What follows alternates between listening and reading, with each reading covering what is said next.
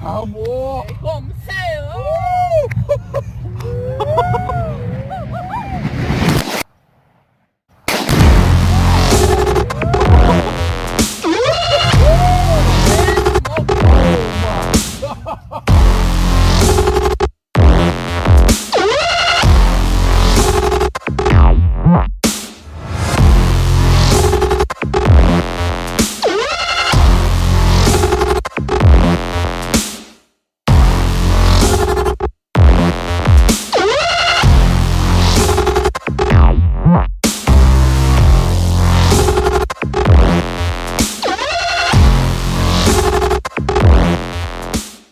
Are you recording? Yeah, I'm recording. Alright. We're going hunting. That's the biggest part of it. Welcome. First of all, welcome. Let me get my face. He's searching for his makeup in the door, so. John, put your seatbelt on. We're not on the road yet. Yeah, we're still in my driveway. This is a private road. Take two. We're seriously. Get it. Hang on. He's still not buckled. I'm buckled. Alright. That's a green screen we're using back there. That We're on wasn't the real. road now. Alright, you ready? Yeah. You filming now? I've been filming. Been filming. Alright, so we're fixing to hit the woods, and hopefully we're fixing to see some big deer, because nobody likes to go in the woods and see little deer. So Fat Boy's putting on his makeup, and Quit calling me Fat Boy. he's Fat Boy. We're fixing to hit the woods, and How's it look? it looks good. What do you think, guys? Pay attention. I am. Alright, so It's about I don't know, 60 degrees outside. Nice and warm. it's 10 after 5 Yeah. on a hot December afternoon. I love the hot weather we're having. Yeah. Sarcastic. Nothing like getting out there at 5 o'clock in the evening, right when the deer start to move. Prime time. It's good stuff.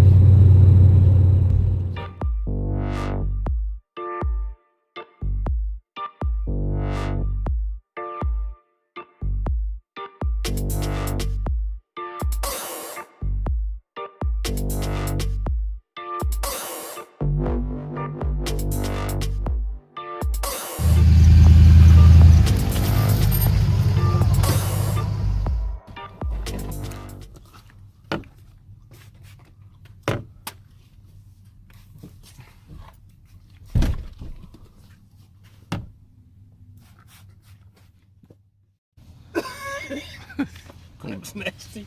Don't drink it.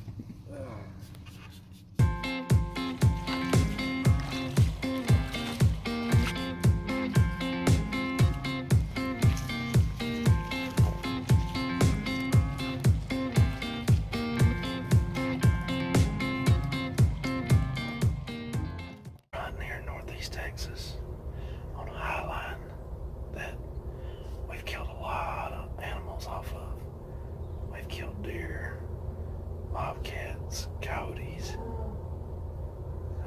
fox, and I saw a mountain lion out there last year around Thanksgiving.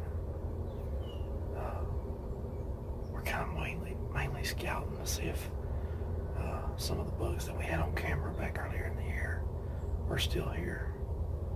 We had 4 or 5 shooters on camera, and 2 of them's been harvested off of this place, but we're trying to see what's left.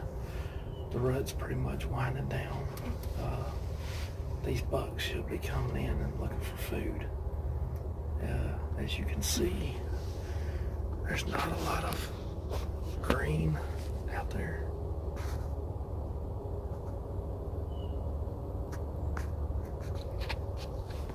But these bugs tend to use this as a travel corridor. there's some green fields back to the north of us here, and they like to come out of these woods and move across this high line and cut up to those green fields at night. We got in the stand kind of late, but like I said, we're mainly scouting.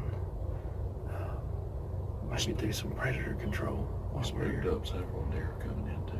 Yeah, we had about 4 or 5 doe coming in as we were coming in, so maybe they'll come back out. We're sitting in the stand, and Fat Boy sees something moving behind us. Well, sure enough, we turn around, and there's this 8-point standing behind us, and he's just over there eating, and couldn't get a clear view with the camera, but he was about 200 yards out. And we decided that this deer wasn't a shooter, not today anyways. So that was keeping a lookout behind us. And I'm watching this field. Just a little bit ago, we saw back behind us, we saw an 8-pointer come up about where these trees are and duck off into the woods. And he may not be alone, so we're going to wait him out and see if anything else bigger comes out. He was probably, what would you say, about 13-inch spread. Probably 14, maybe a 14-inch spread. About 6-inch tines. He was probably about 2.5-year-old buck. He may circle back around, come back out. Watching close to see if any deer are bachelored up right now. Just out feeding. Maybe we'll get fortunate, see them right before dark, and drop a hammer down on one of them. So, good stuff.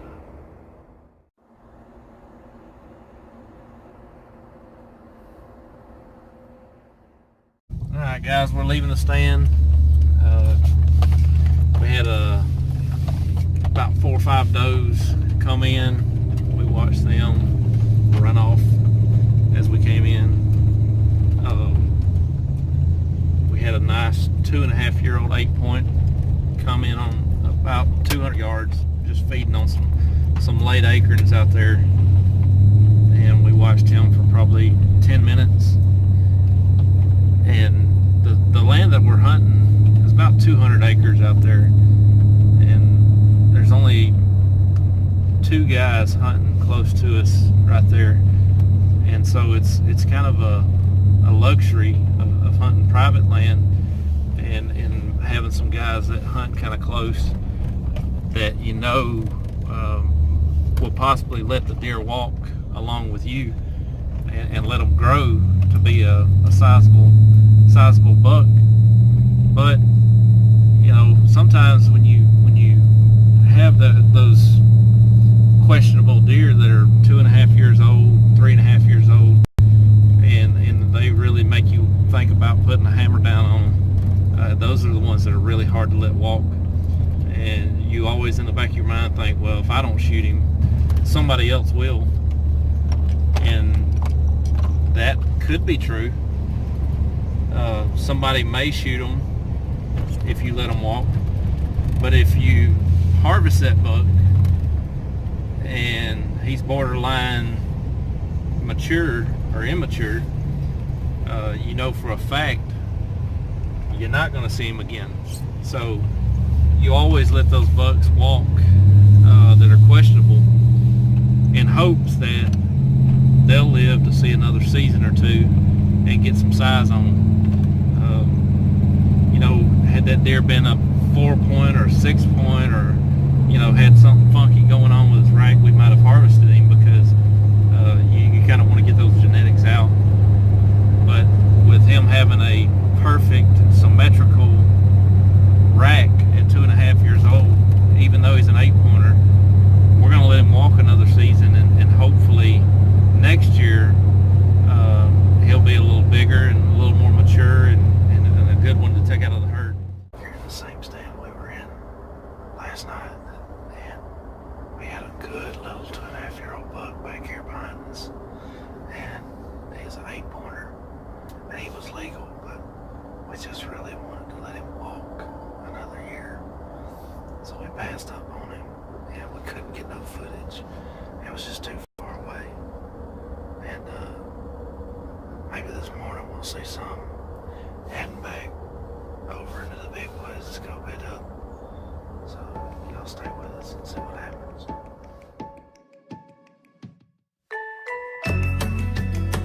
And this fog was so thick you could barely see 100 yards in front of us.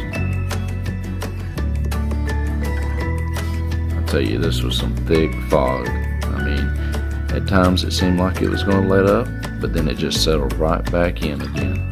We never could see more than maybe 100 yards, 200 yards in front of us. This is about the clearest that it ever got.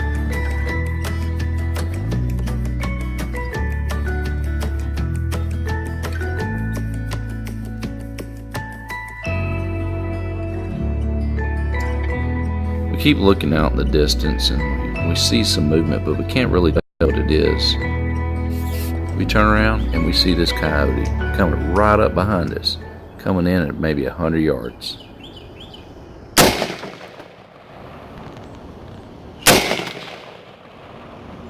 Alright, dude, don't shoot no more. I was afraid that shot was a little bit high.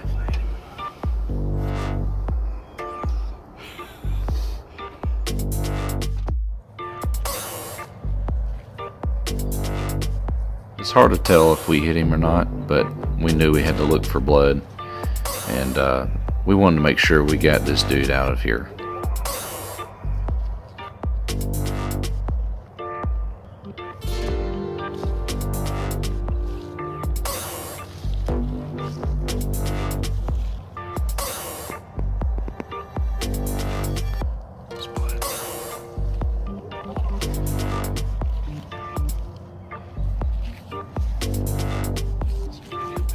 It's hard to say if this was from the coyote or if maybe this was from a cow from earlier that morning who maybe was giving birth, but we never found any more blood.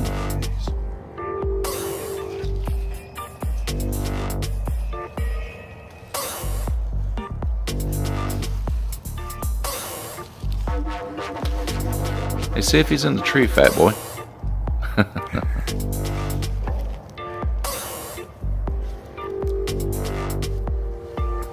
I think it was pretty clear we wasn't going to find this coyote. It was time to head back to the stand. I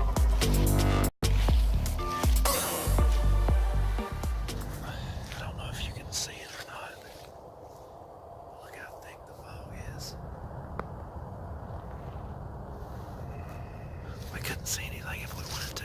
It's almost 10 o'clock, and this fog still hasn't picked up and left out yet. If anything, it's gotten thicker. Yeah. So we're going to go ahead and call it a day, go back to the house, and try to figure out a game plan for tonight. So I didn't get a chance to shoot video of the buck that I shot, but at this point here I'm looking out the window and I can actually see a buck coming towards me, and he's a pretty good sized buck. But all in all, I wound up shooting a 5-point, and when he came out, he was chasing another buck, and you can't tell in the video, but as he chased this other buck, I had to make a decision, and ultimately I wound up getting the one in the back, which I was very happy with, and I wish I just could have got the shot on it. Man, dude. So we were sitting back here in this line. This dude was following another little buck back here, and they're both, you know, mature deer. But man, this dude come out and stopped. Well, right about where this light pole is, and I shot him. It wasn't that best of a shot. I got him a little bit high, but by the time I got out here, he was gone. But nice little, I guess that's a 5-point right here, just a mature little buck. I mean, I'm very happy with this one. He's pretty hefty. I think that he's got a little bit of a a funky side over here. He's missing the time, but all in all, you cannot beat that. I got him with the old trusty 30-06, and he just give up the ghost. So what more to say other than thank you, Lord, and thank you, Fat Boy, for bringing me out here. So